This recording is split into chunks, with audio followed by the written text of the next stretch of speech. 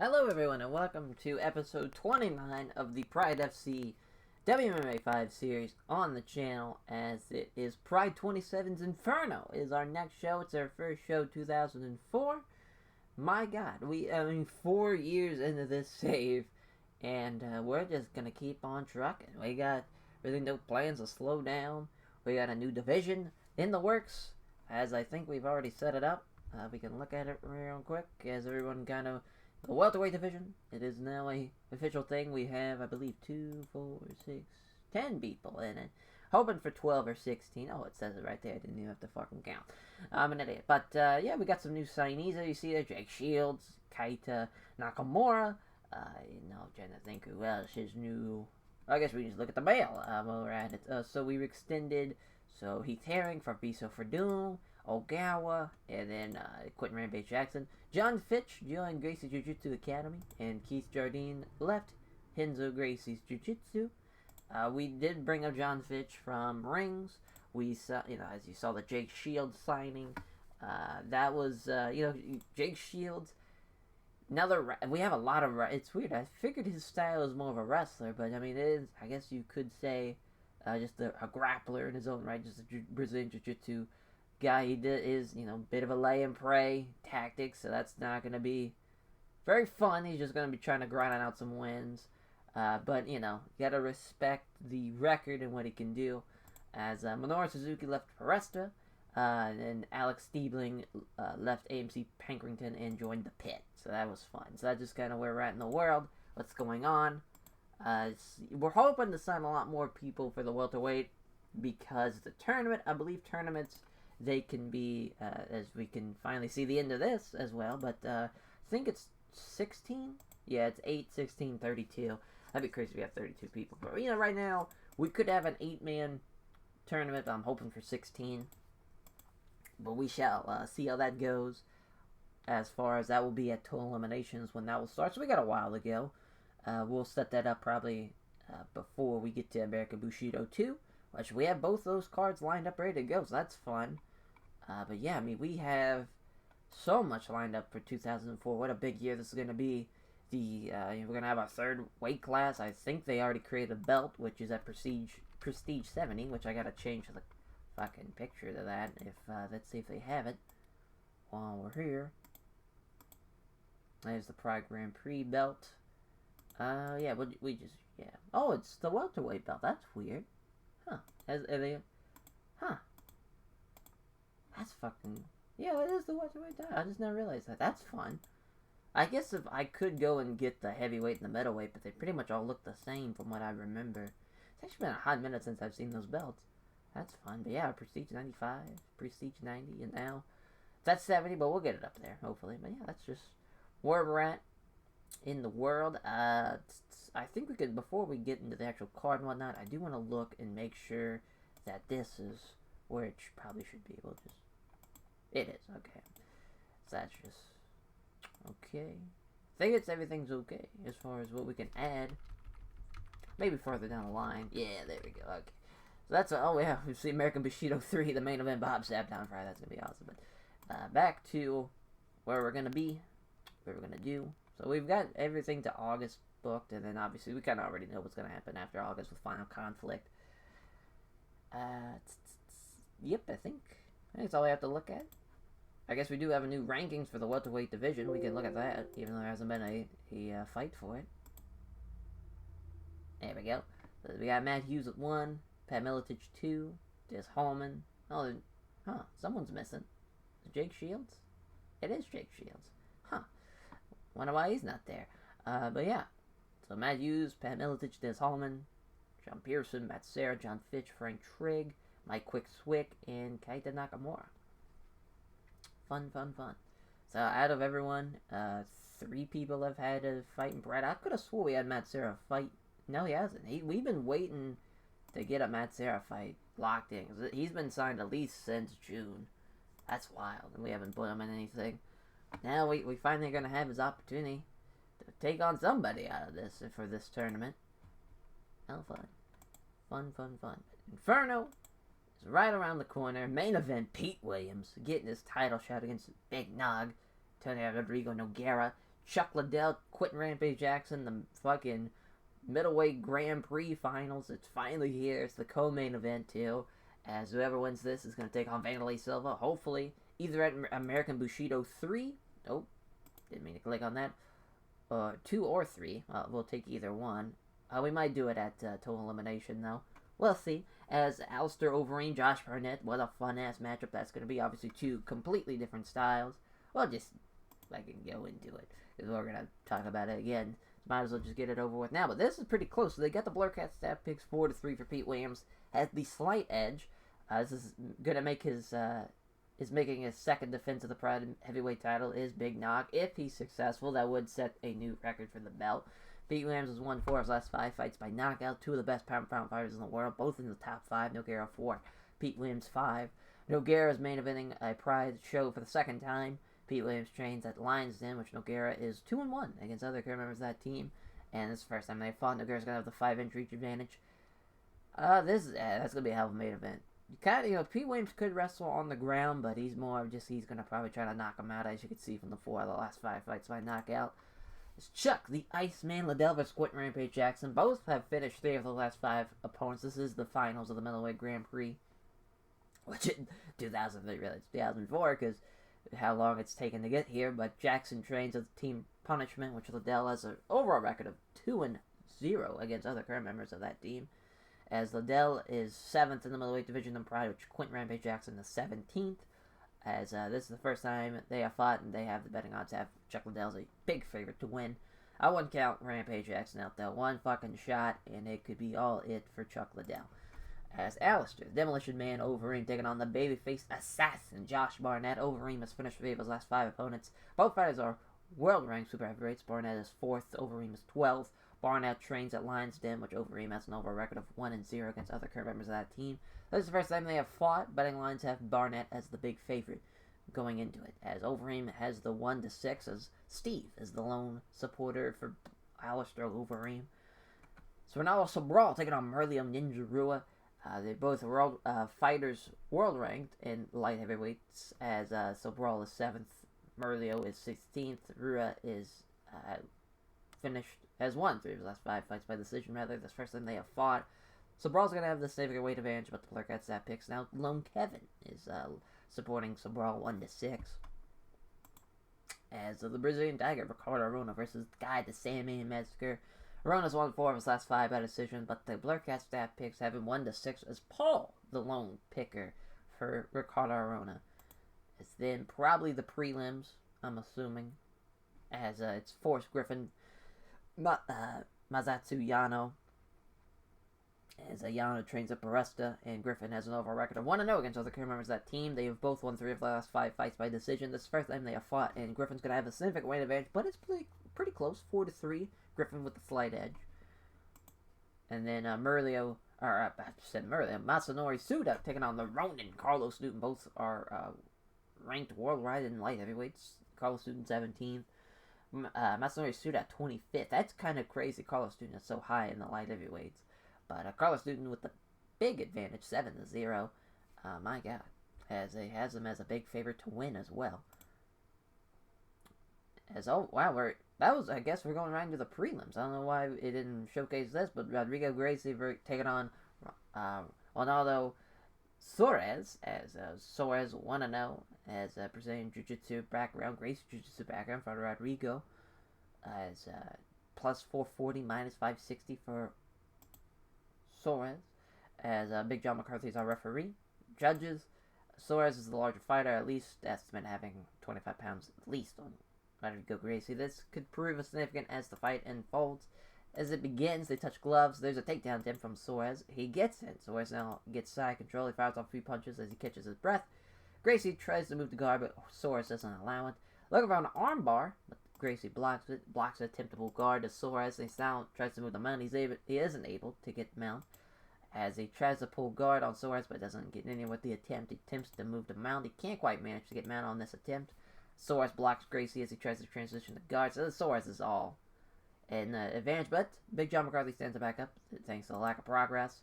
Another takedown attempt from Soares, and another big takedown. 2 for 2 on takedowns for Soares, as Soares looks to get getting the mount. Gracie rolls to the side to try and escape the mount, but only succeeds in giving up his back instead.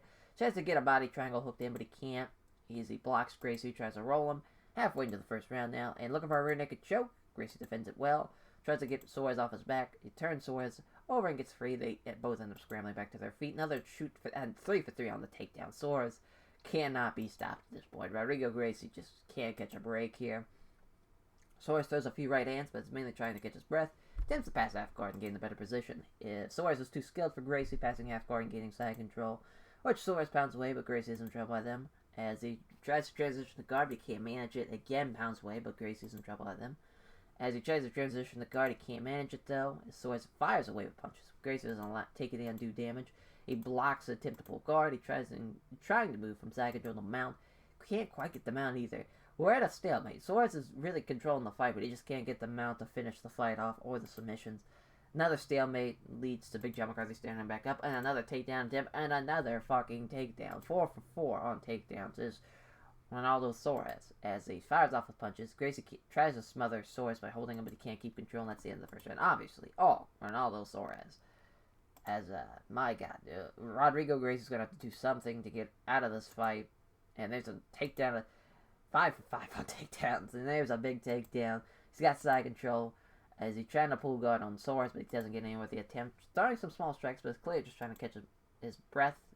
As again, he's throwing a few weak-looking punches, decides his next moves. There's a block to attempt to pull guard, throws a few right hands to the body. Pounds with rights, but doesn't do much damage. Tries to transition the guard, he can't manage it. Big John McCarthy for the third time in this fight, stands back up, but again, takedown. Now again, 6 for 6. Attempts the mount. Gracie rolls the side trying to escape the mount, but only succeeds in giving up his back instead. Minute left in the fight, and he's got his bag. He's trying to get the body triangles, but he can't do it. He's trying to turn over, but he can't do it. Just two men can't do it. He can't do anything. There's a rear naked choke, but Gracie doesn't allow the arm to go underneath the chin, and that's the end of the fight. Unanimous decision, Ronaldo Soares. And it's 2-0 for Ronaldo Soares, 2 for 4 for Rodrigo Gracie. As name checks all of his sponsors and thanks all of his fans who turn out to support him. He asked who he'd like to face next in the fight, and he replies a lot of respect for the skills of Ryan Gracie. Everyone just wants to be a fucking Gracie hunter. I get it. Ronaldo Soares, you might just get Ryan Gracie. As Masanori Suda, Carlos Newton, the rodent Carlos Newton. So this is the last prelim. So the Forrest Griffin Yano fight is actually the opener of the main card. Minus 450 for Ronan, Carlos Newton, plus 350 for Masanori Suda, 22-11, 10-7-1 for Carlos Newton. It's a 5'9", 184, 5'11", 185. So Carlos Newton just barely scraping under the 185. Big John McCarthy's our referee still. Our judges, although they weighed at noticeably the same, nearly the same, it's noticeable that Carlos Newton looks a lot heavier than his opponent now. Round 1 begins. Newton rather obviously ignores the offer to touch gloves to begin with. Seeing his opponent about to shoot in, Suda timed it well and moved in to start to clench. With complete control of the clinch, Suda tries to complete a takedown. He does. That's a big takedown, and he manages to get side control as a result. Fires off a handful of punches, each easily being blocked with gloves. Newton tries to move to guard, but Suda doesn't allow it. Suda fires off with some rights, but Newton is in trouble by them. Newton tries to move to guard, but Suda doesn't allow it. Suda pounds away with rights, but fails to land anything significant. Newton tries to transition to guard, but he can't manage it. Fires off a handful of punches, each easily being blocked with gloves. Suda blocks Newton as he tries to transition the guard, but no progress being made. Big John McCarthy stands back up to their feet. They come together in a clinch and start wrestling.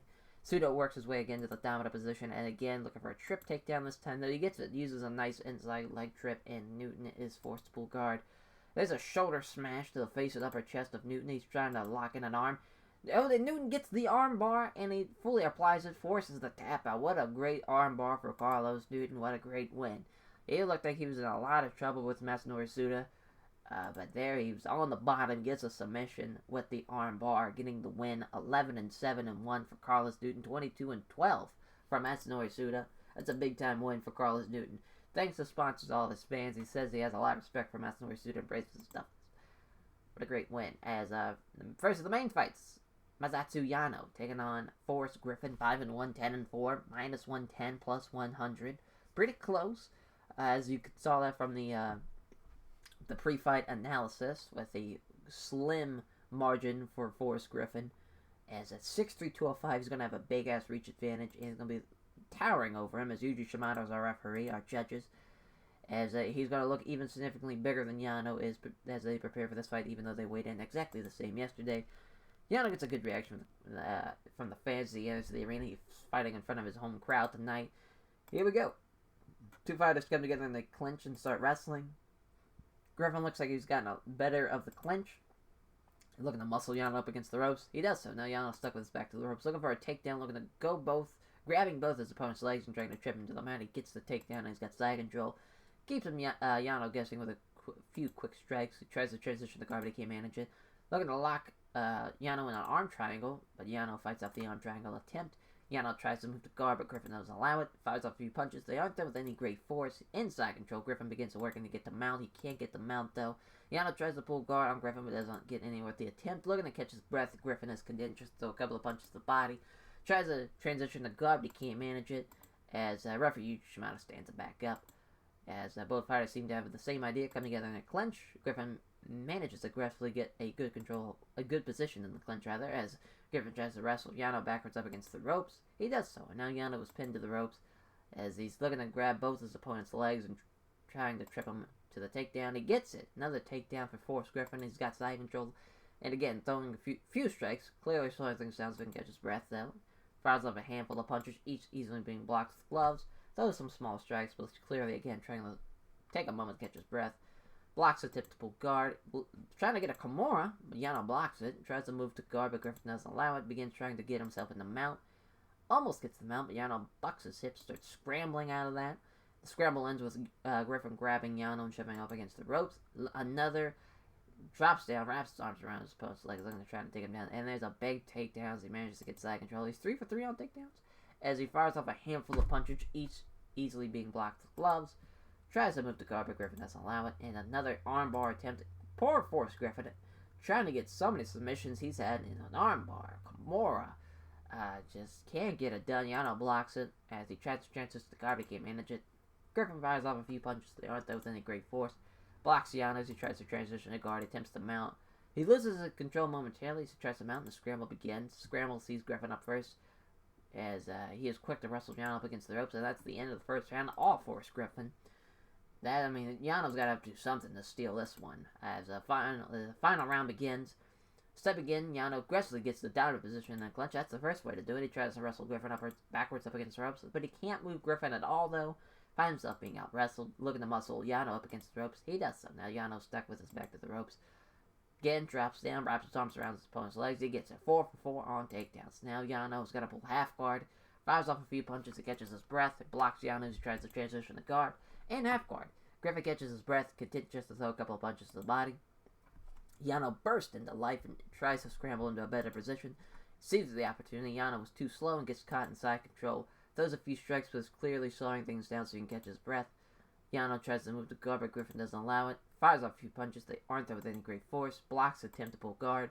End of the first round, or end of the fight is coming quick. There's under a minute left now. Fires off a few punches. They aren't there with any great force. He blocks the attempt to pull guard. Fires away with punches, but Yano doesn't take any undue damage. That's the end of the fight. Unanimous decision. Force Griffin going to be 6-1. Masato Yano's going to be 10-5. As there you go. As is rated poor. Let's see what Masato Yano. He did beat Evan Tanner, and he beat Yuki Kano before that. So now he's 2 for 2 in Pride. But let's see if he can bounce back next fight. As Force Griffin thanks everyone connected to Roof Sport, as for helping him prepare for this fight, and the sponsors for supporting him financially. Acknowledges that was an ugly fight. Says he just glad he had gotten the win. There's no doubt that Force Griffin benefits from being on our video. Knows the value of building a name value. The Brazilian Tiger, Ricardo Arona, versus Guy the Sandman Metzger, 7-2, is Ricardo Arona, as 25-14 and 2 for Guy the Sandman Metzger. Plus 270 for Ricardo Arona, minus 340 for Guy the Sandman Metzger. 5'11", 205, 6'1", 205. As referee Shimada staying out there, our judges. Round 1 begins. A jab hits home from Metzger, then lands a big right hand. Metzger can't connect with a set of strikes, but then catches Arona with a right hook to the body. Arona chooses to shoot in on Metzger, partially defends it, ends up hopping on one foot while Arona has the hold of the other one.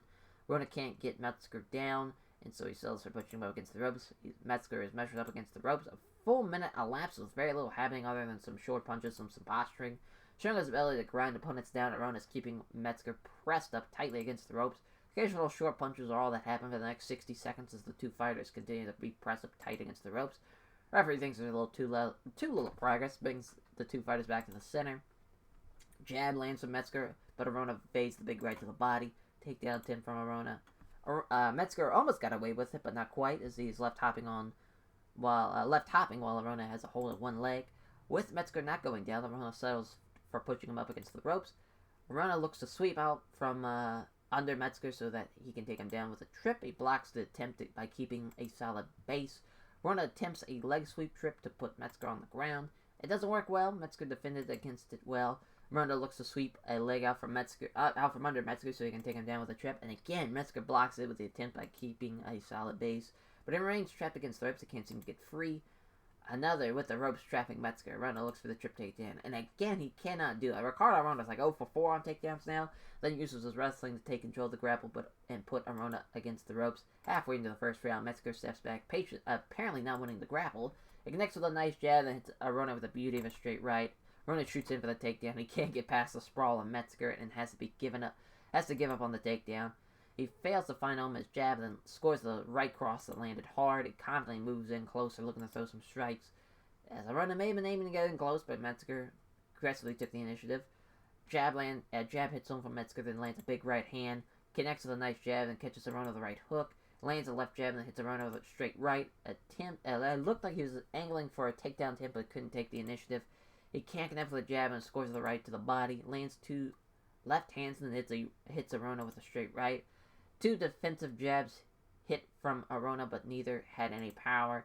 He connects with a nice jab, then lands a right hand. Moves in closer, ready to attack. A jab hits home from Metzger, then he scores with the right cross. Metzger still is moving well, but he's definitely breathing a little deeper now. Shoots in looking for a takedown. Almost got away with it, but not quite. He is left hopping while Arona has a hold of one leg. Arona uses the position to drive Metzger up against the ropes. Looking for the trip takedown.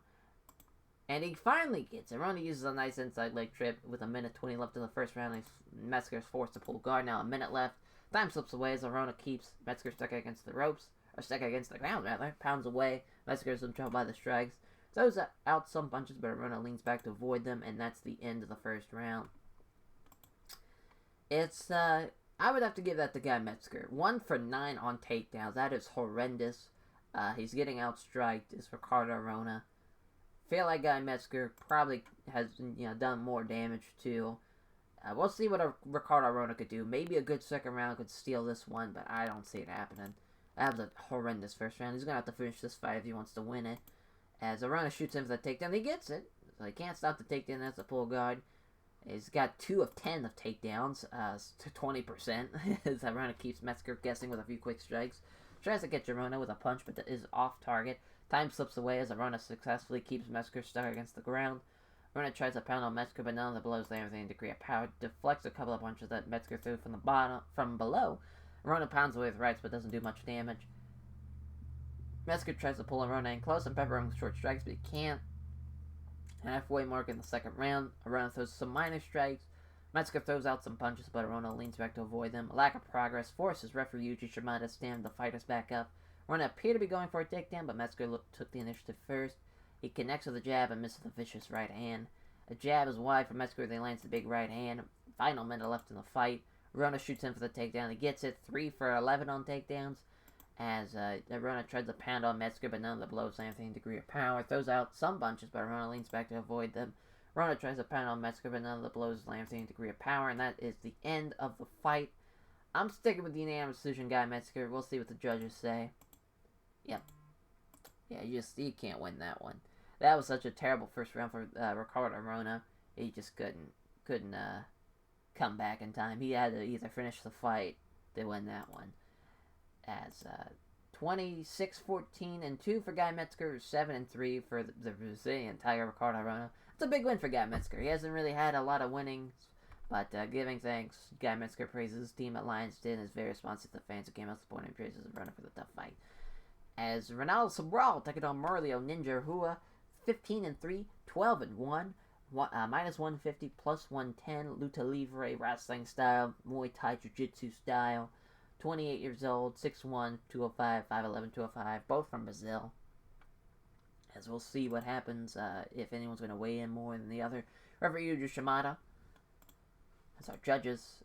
They weighed in the same. It's noticeable though Sabral looks a lot heavier than his opponent now. Opening bell. Hua moves in, clenches, trying to muscle Sabral up against the ropes. He manages to control Sabral up against the ropes, looking for a fucking sharp trip. He gets an outside leg trip. And they're looking for a knee bar, but Sabral doesn't allow the knee bar to be applied. Hua blocks the attempted sweep, throws a few strikes, but it's clearly slowing things down so he can catch his breath. As Murray uses side control to hit a knee just above the hip. Inside control, Hua catches his breath, can then just throw a couple of punches to the body. Sabral takes a knee strike to the ribs from underside control, looking for an arm triangle. Sabral defends himself well, has no danger. Tries to sweep him from the bottom of side control, but doesn't budge. Hua hits a knee strike to the ribs as Sabral fights off the knee bar. Hua counters the attempt by Sabral to sweep him by taking his back, looking for the rear naked choke, but Sabral doesn't allow the rear naked chokes. Murder's doing a great job, just keeping the pressure, trying to do submissions. He's had a knee bar, he's had rear naked chokes. He tries to turn him over and sweep Hua, but he can't do it, as tries to increase his control by getting both hooks in, but Sabral blocks it. Hua blocks Sabral as he tries to roll over, tries to get both hooks in, but can't quite manage it, tries to turn over and sweep Hua, but can't do it. Prevents himself falling into even more serious trouble blocking Hua from getting the hooks in. Blocks attempt to roll him off his back, as tries to put Sabral in a rear naked choke, defends himself well against the choke, tries to roll but doesn't budge Hua. Hua doesn't get a body triangle hooked up, but he tries to, but he can't, as he tries to roll, but Hua doesn't budge. No progress being made. Yuji Shimada stands it back up. Two fighters engage. A successful feint leaves Sabral vulnerable. He misses the big right hand, allowing Hua to counter with a jab and a glancing high kick. 60 seconds left in the first round. They stay at injury blows, but neither can land anything damaging. Sabral, who looked out of breath, clenches up, trying to muscle Sabral up against the ropes. As he does, ends up with his back and looking to trip him. And he gets the nice, quick inside leg trip to end out the first round. That's a great job by Murillo. All Murillo Ninja Hua so far. He's done a great job. Keep the pressure when he's on top. He's, trying to get submissions. Great job. It's so weird. So far, every fight's been pretty much one-sided. We haven't really seen so much of a back and forth.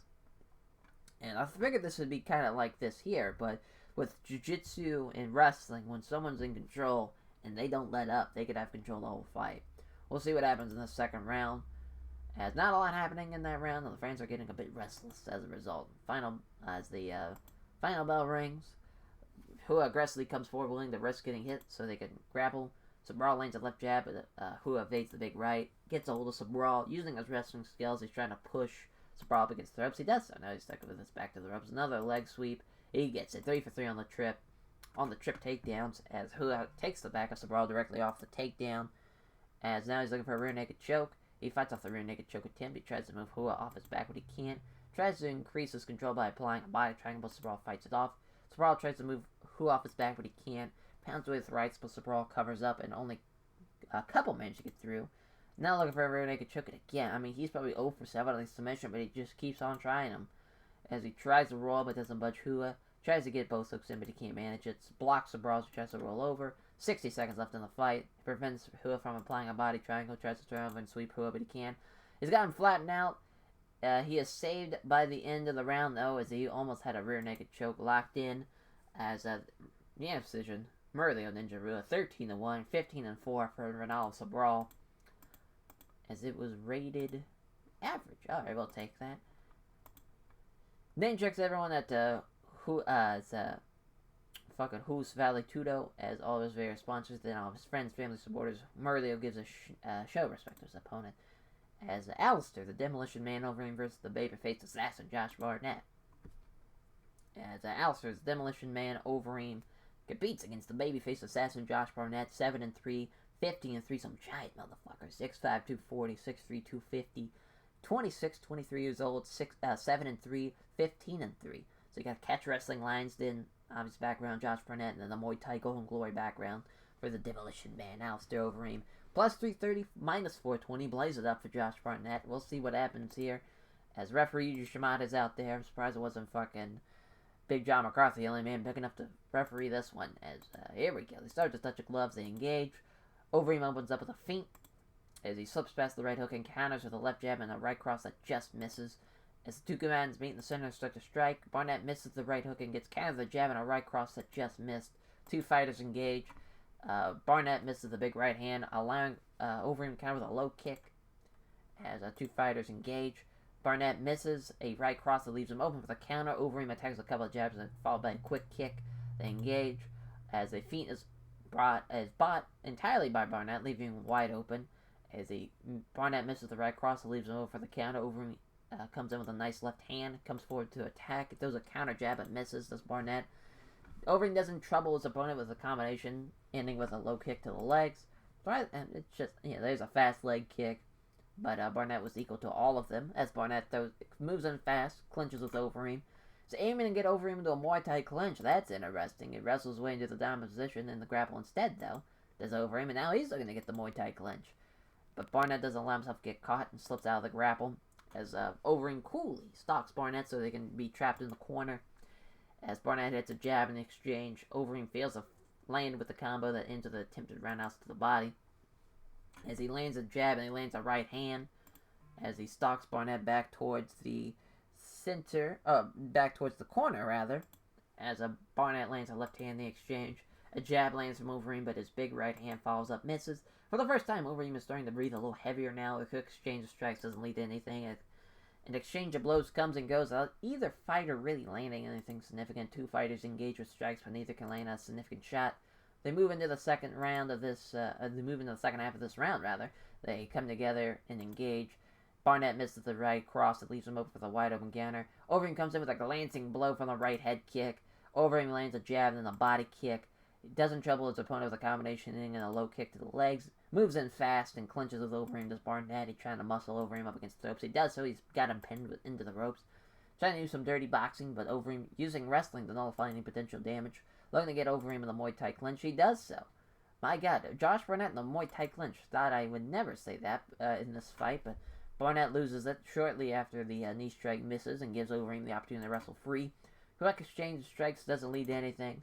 Overeem comes forward looking to force a strike exchange. Barnett hits a jab in the exchange. He feints one side as Overeem, causing Barnett to react, leaving him off balance, which a jab lands from Overeem, but Barnett steps back to avoid a high right head kick. Overeem's starting to have to push himself now, as his corner responds by urging him on a little louder. Moving forward, constantly trying to pressure Barnett and exchanging strikes. As Barnett lands two lefts in the exchange, Overeem throws a 1-2, but Barnett was equal to him. As moving forward constantly, Overeem again pressuring Barnett, keeping the pressure on. Barnett scores with two counter jabs, a 1-2, but Barnett was equal to it. Comes forward with the attack, almost a minute left. Barnett hits two left hands again with counters. Overeem throws two quick punches, but doesn't either of them. Overeem is getting blown up now at this point, as 50 seconds left now. Both fighters moving to engage. Barnett misses the big right hand, putting him off balance, allowing Overeem to attack with a left jab and a right hook that is avoided in the last second. As two combatants meet in the center and start to strike, Barnett hits a left hand. Overeem hits a left roundhouse kick to the body. Fails to find home his jab, but then hits Barnett with a body kick. Barnett seizes the chance and grabs Overeem in the clinch, and that's the end of the first round. Wow, what a fucking back and forth first round. But yeah, I was just saying that so far, Pride 27 Inferno, there has not been any really back and forths. But here, this is what we needed. Alistair Overeem, he's got the strikes advantage. So far, it seems like it's an Overeem, a slight edge to Overeem, but Josh Barnett could make it a split decision. It's very close. It's going to come down to the second round. That's the bell for the final round. There's engage of strikes, but at relatively close range, but really nothing lands. They come together and engage. Overeem scores the jab, doesn't make contact on the low kick. As he lands a left jab, but he has a right hand absorbed on the gloves. He's slowing just a little as he starts to get into the gas tank a bit. They engage in the center. He misses the right cross that leaves him over the counter. Overeem attacks with a quick left jab. Quick left jab and a right hook. They come together and strike. He lands a left jab and a right cross. Overeem hits a left jab but doesn't react with a hook to the body. There's a large gash on his forehead. That is not good. Blood is starting to trickle down it towards his eyes. Both fighters step in to strike. Barnett misses the right hook and then gets countered with a quick left jab and a left to the body. Looking very tired, Overeem isn't able to resist being pulled into a clinch by Barnett. Using his wrestling skills, Barnett's trying to push Overeem up against the ropes. He does so. Now his back is up against the ropes. Looking to lock Overeem into Muay Thai clinch. He gets it. Now he's got control of Overeem by the back of his head. Overeem is just blown up at this point. And there's from the clinch, Barnett hits Overeem with a knee to the ribs, but lacked power. Barnett finds an attempted knee strike caught, and the leverage allows Overeem to wrestle free out of the Muay Thai clinch to come together and strike. Overeem misses the right cross, leaves him open for the counter. Barnett comes in with a jab and right hand that narrowly fails to connect. They engage with strikes, but neither fighter lands anything worthwhile. They engage. Overeem hits a jab and misses the right hand. Finds a way past his opponent's guard, and he lands a sharp 1-2. Final minute left in the fight. Engage with strikes, does not produce any damage. Both fighters step in to strike.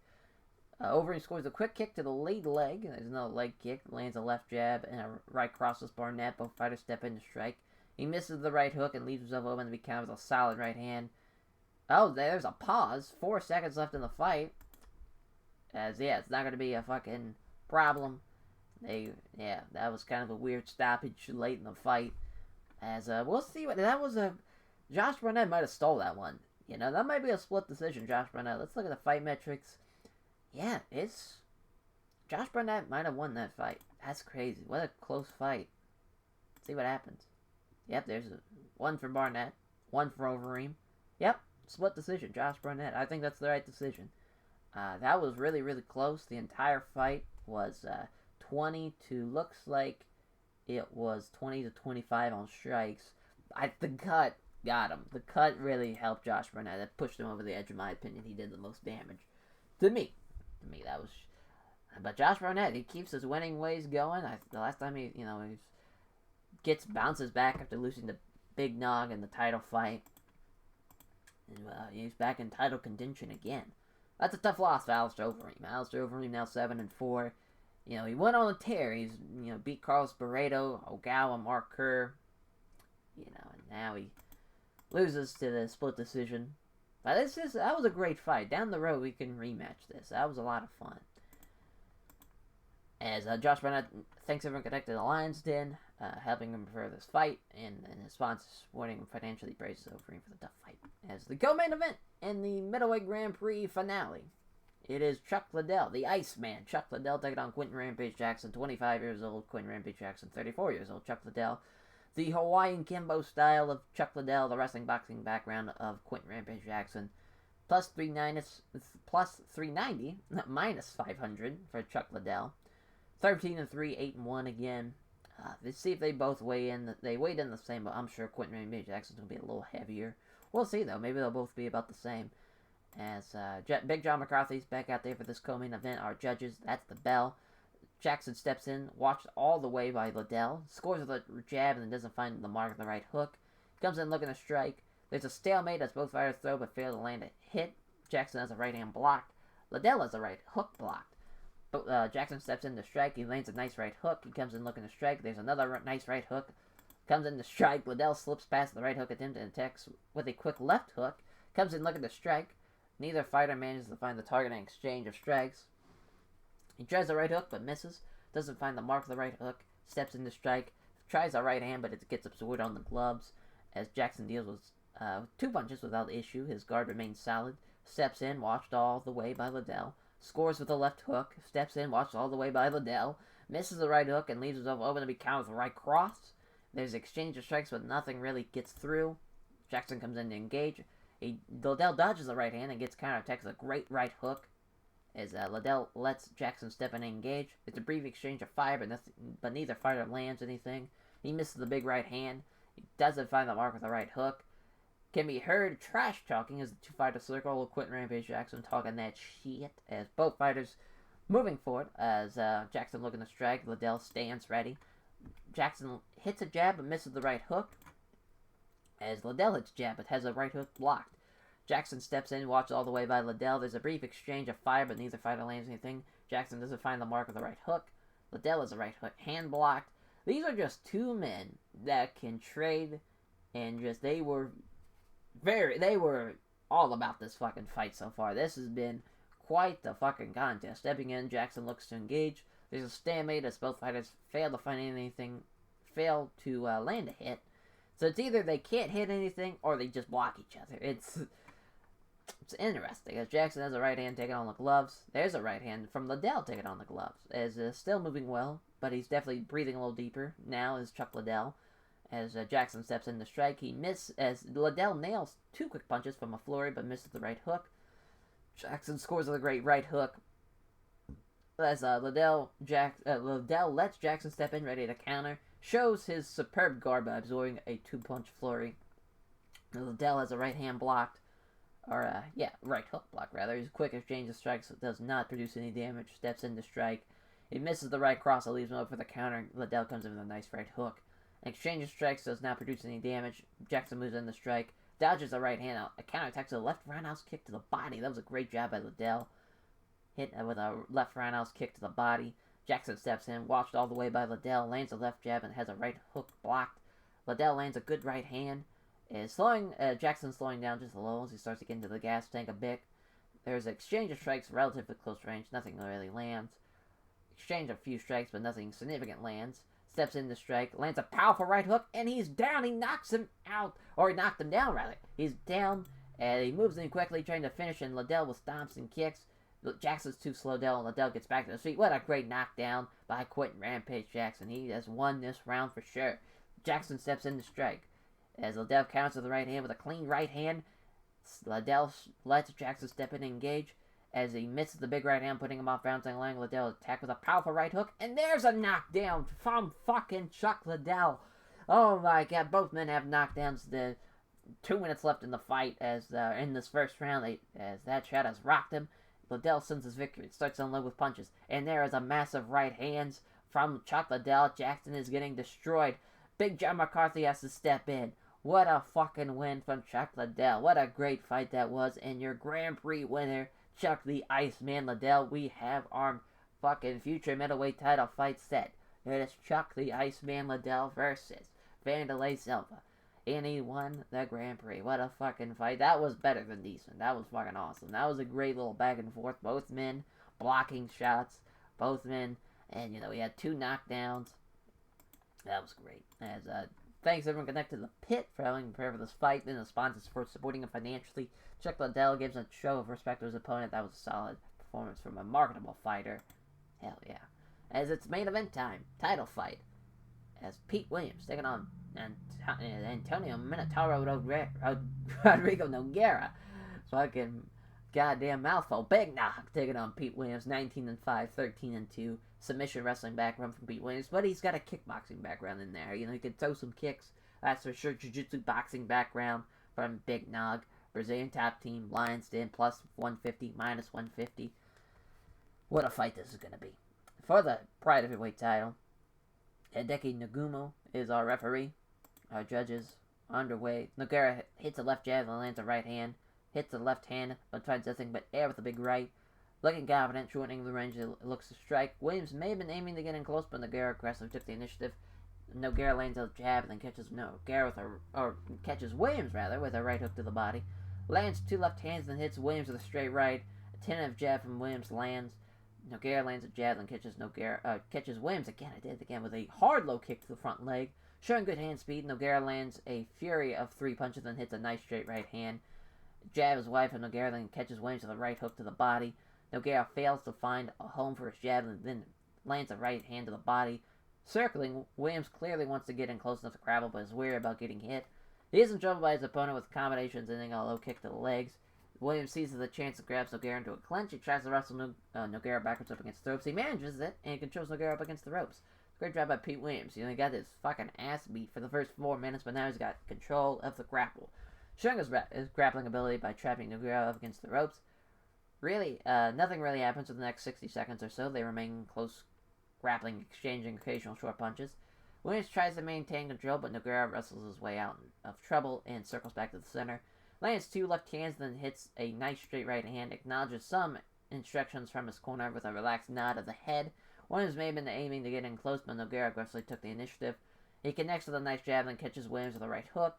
A jab is wide from Nogueira, then he hits a nice straight right hand. He lands a left hand and scores the right cross. He steps in looking to unleash. He lands a left hand, but Williams evades the big right to the body. He's looking confident, shortening the range as he looks to strike. There's a quick punch, but doesn't hit.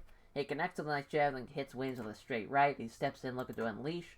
He can't connect with the jab and lands a right hand to the body. This has been all Nogueira, just fucking him up with right hands and hooks.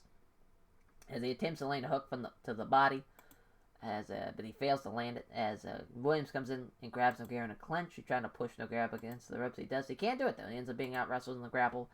Tries to lock his legs around to the waist of Williams, wanting to pull him down to the floor. He gets it. Now Williams is trapped in guard. Goes to sweep from the bottom. The sweep is successful. Now both fighters start scrambling back to their feet. That was weird. He takes them down, then he sweeps them, so they stand back up. Taking a few gulps of breath, Nogueira is giving a first hint that he's starting to tire a touch. As Williams appeared to be going to try to get in close, but Nogueira took the initiative first. As Nogueira connects with a jab, but Williams evades the big right to the body. Williams is rushing in, worried about potentially getting hit, and he gets close enough to grapple. As Nogueira connects with a jab, but misses when he attempts to go for the body after. As Williams may have been aiming to get in close, but Nogueira aggressively took the initiative first.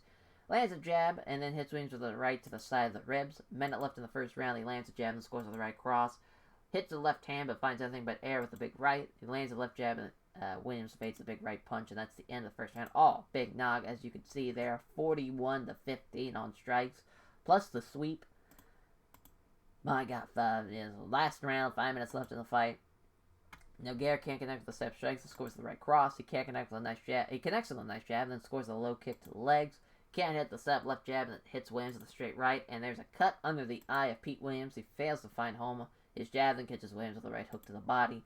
A jab lands from Nogueira, but misses with a low kick. Williams is limping a little to the damage he's taken to his legs. Jab is wide from Nogueira, but he hits Williams with a right to the side of the ribs. Few deep breaths portray that Nogueira is starting to get into the deeper reach of his gas tank. Uses the left jab, but Williams avoids the big right. A jab is wide from Nogueira, then he hits Williams with a straight right. Halfway into the second round now, he can't connect with the jab, and then hits Williams with a low kick. Jab lands a jab, then catches Williams with a right hook. A jab is wide from Nogueira, then hits Williams with a straight right. Steps in, looking to unleash. Appeared to be going to try and get in close, but Nogueira took the initiative first. Lands a left hand, then scores the right cross. As Williams is now limping noticeably now, has a minute left in the fight. He connects with a nice jab and then hits a nice straight right hand. Doesn't look like he has much left in the tank, does Nogueira. As it looked like he was about to see Williams try and get some grappling started, but Nogueira was more aggressive, took the initiative first. Can't connect with the setup strikes, then lands a low kick to the legs. As with Williams bleeding, the referee pauses the fight, saying be checked out. Doctor checks the cut, but seems happy that there's no present. Doesn't too much of a problem. As the fight recommences, can't connect with the setup strikes, and then hits a slithering kick to the legs of Williams. Those fucking leg kicks are just fucking him up. As Williams looked like he was going to step in and grapple, but Nogueira simply took the initiative first. As the Nogueira hits a jab, connects with a jab, then a falling leg kick is too slow and gets caught by Williams, so that's the end of the fight anyways. All Nogueira in that second round. Unanimous decision win for a big nog there. As the defense number 2 of his title, a new Pride debut. How fun. That was rated average as big nog. Thanks to everyone connected to the Brazilian top team for helping him prepare for this fight, and his sponsors for supporting financially. Asked who he'd like to face next in the fight, and he replies that he has a lot of respect for the skills of Igor, and he thinks that it'd be a great fight. Fuck yeah, Ice Cold Igor was already set to be the next fighter for the next title fight, and he's gonna get it. And Big Nog wants it. I'm sure Ice Cold Igor wants it. That was a critical rating of 51. Whew, just barely above the low rating.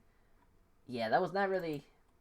Felt like that was better than decent. I think they kind of fucked that one. Now, I know there's a lot of times where they're just hitting nothing but air, but they were doing stuff, I thought, at least, anyways, but, you know, it's the way she goes sometimes. At least they got a commercial rating of 98, 26,488 in Kanto in attendance, 8 million gate, increased all of our pop. Fight of the night in Canada the night with Chuck Liddell and Quentin Mary Jackson. That makes sense. 10,000 for total on the plus minus. That's awesome. Hell yeah. And that will do it for episode 29. As the next time you'll see us for episode 30 will be for Pride FC American Bushido 2, which you can see the card right there. Randy Couture and Marco Hus, Andre Arlovsky and Fedor Emelianenko. What a fucking co-main event that's gonna be. Sergey Kardinov taking on Mark Coleman, and Jeremy Horn and Vitor Belfort way down there on the card. That's going to be a sneaky good fight as well. Then the fucking welterweight tournament is going to happen here. American Bushido 3, which so far Bob Sapp Don Fry is scheduled to be the main event. So that's what we got on the horizon for Pride FC in the year 2004. Kendall Grove. Didn't know he got into the fucking database. Well, I always loved Kendall Grove. I thought he kind of Like, he has so much potential. I always thought, 6'6" middleweight. The Spider. Yeah, he was fucking awesome. He lost his first fight, though, in this. It was A-rated, at least it was rated average, but we shortlisted him. That must have happened at the start of February. I didn't see who was in the new fighters. That's alright. Last Overeem's looking to improve. Yeah. Yeah, it was. It was a stamina issue. But, yeah, that's how fun. How fun. A lot of stuff on the horizon, hopefully. For Total Elimination, we will have, oh yeah, Igor's ready. Let's see what the absences were. For, Big Nog. 13 days, yeah, we could definitely do this, a Total Elimination. Vanderlei Silva is probably ready to go right now, we'll see. Yep, he is. Let's see what, Chuck Liddell. 48 days, yeah. So, yeah, I mean, yeah. We'll do that for American Bushido 3. Yeah. That's what we'll do. Yep. I like it. So, a Total Elimination 2004, you'll heard it here first. Big Nog, Igor, and then American Bushido 3, Vanderlei Silva, Chuck Liddell. Fuck yeah. And this would probably be the co-main, because this fight's going to be fucking awesome. It's rated as a strong main event, because, it's Bob Sapp and Don Fry. Over as fuck, and it's pretty close. So that's what's got me excited. But what a fun little card that's going to be. How fun. Thank you all for watching. We have to fucking do a lot of contract negotiations afterwards as well. That's fun. A lot of off-screen stuff to do. So we'll catch you guys next Monday. Take care, everyone.